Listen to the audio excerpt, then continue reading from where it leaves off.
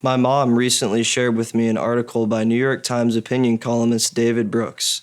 The article, titled "The Character Building Toolkit," talks about the difference in schools between downloading content into a bunch of brains and fostering an inner transformation of the heart.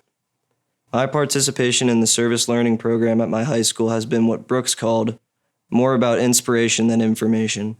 Never did this come into play as much as it did during my visit to South Street Ministries in Akron.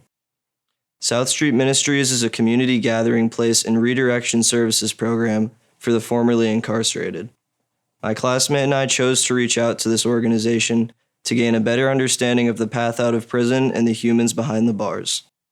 We chose this group specifically due to the extremely harmful stigma that surrounds them.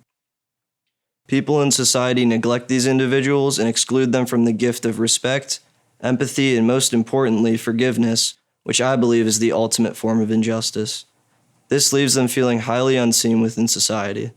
Among these men were pimps, drug dealers, and thieves.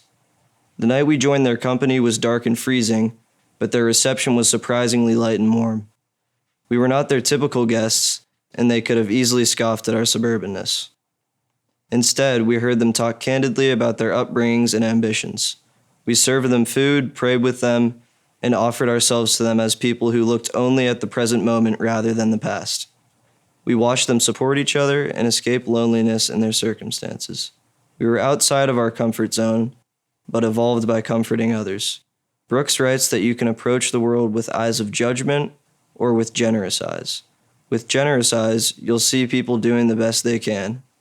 These men were doing the best they could, just like everyone in any situation is each and every day.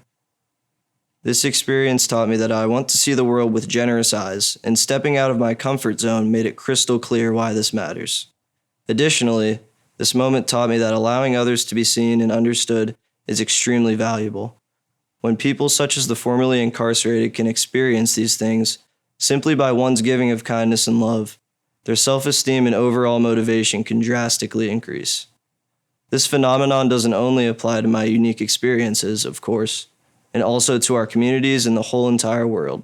Kindness and love simply have no limit in terms of their power to respond to injustice and to address the widespread exclusion within our society, something I saw extremely clearly during my time volunteering with formerly incarcerated individuals.